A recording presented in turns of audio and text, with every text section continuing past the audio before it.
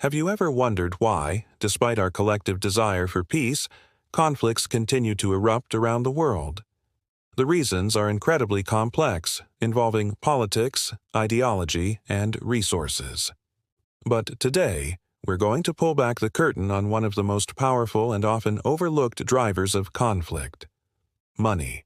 We're exploring the deep financial ties between warfare and business, a relationship often called the military-industrial complex. This is a controversial topic, but understanding it is crucial to understanding our world. Let's start with a basic premise. In a capitalist economy, industries thrive when there's demand for their products. For the defense industry, the ultimate demand is driven by conflict, or even just the threat of it. This isn't a new idea. Throughout history, from blacksmiths forging swords to shipbuilders constructing galleons, war has always been a business opportunity, but the scale we see today is unprecedented. The term military-industrial complex was famously coined by U.S. President Dwight D. Eisenhower in his 1961 farewell address. A former five-star general who led the Allied forces in Europe during World War II, Eisenhower was no stranger to the mechanics of war.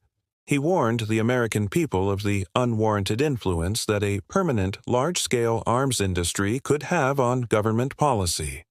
He saw the potential for a dangerous feedback loop. The industry needs conflicts to justify its existence and profits, and its influence might push policymakers towards more aggressive stances, creating a self-sustaining cycle of demand. To understand how we got here, let's rewind. Before the 20th century, most nations maintained relatively small standing armies. When war broke out, they would rapidly mobilize their economies, converting civilian factories to produce weapons and supplies. Think of textile mills weaving uniforms or car factories building tanks. After the war, these industries would typically revert to civilian production. World War I, and especially World War II, changed everything. The sheer scale and technological sophistication of these global conflicts required a level of industrial mobilization never seen before. Entire economies were dedicated to the war effort. Companies that produced everything from airplanes to radios to canned food saw astronomical growth thanks to massive government contracts. This created a powerful new sector of the economy deeply intertwined with the government's military needs. After World War II, instead of demobilizing, the Cold War began. The ideological struggle between the United States and the Soviet Union meant that both sides needed to maintain a state of constant military readiness. This was the birth of the permanent arms industry that Eisenhower warned about. There was no peacetime for these companies. The threat of war, even if it never became hot, was enough to guarantee a steady stream of government funding for research, development, and production of new, ever more advanced weapons systems. So, how exactly does this make war good for business? First, let's look at government contracts. Defense companies are some of the largest corporations in the world. They secure multi-billion-dollar contracts from their governments to build fighter jets, aircraft carriers, tanks, missiles, and advanced surveillance technology. These contracts are often long-term and incredibly lucrative, providing stable revenue and profit for decades.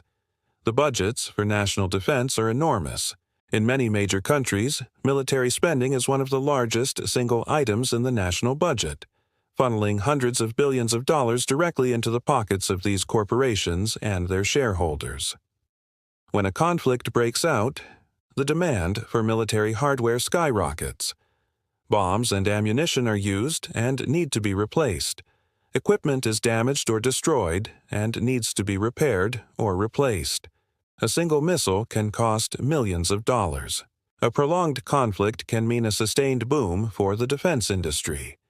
Stock prices of major defense contractors often rise following the outbreak of a new conflict or even heightened international tensions, as investors anticipate a surge in government spending. But it's not just about selling weapons. Modern warfare has expanded into new domains. Private military contractors, or PMCs, offer soldiers for hire, providing everything from logistical support and base security to active combat roles. This privatizes warfare itself. Companies also profit from reconstruction. After a conflict destroys a country's infrastructure, who gets the contracts to rebuild the roads, bridges, and power grids? Often, it's large multinational corporations, sometimes from the very countries that were involved in the conflict. It's a cycle of destruction and reconstruction. Profits to be made at every stage.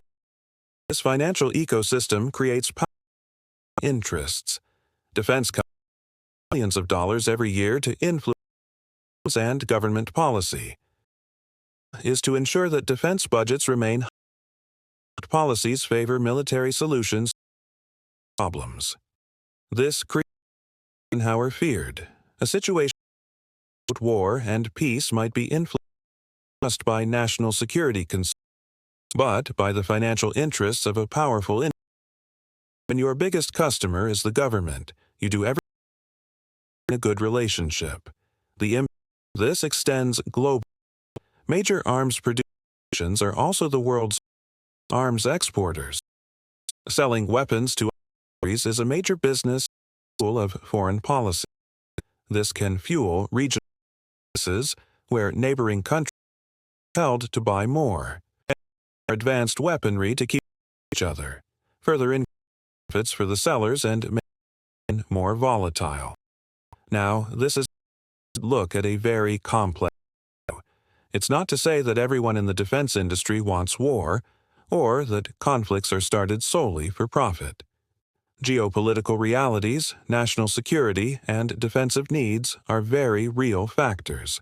The thousands of engineers and workers in these industries are often patriots who believe they are contributing to their nation's safety. However, we cannot ignore the powerful financial incentives that are built into this system.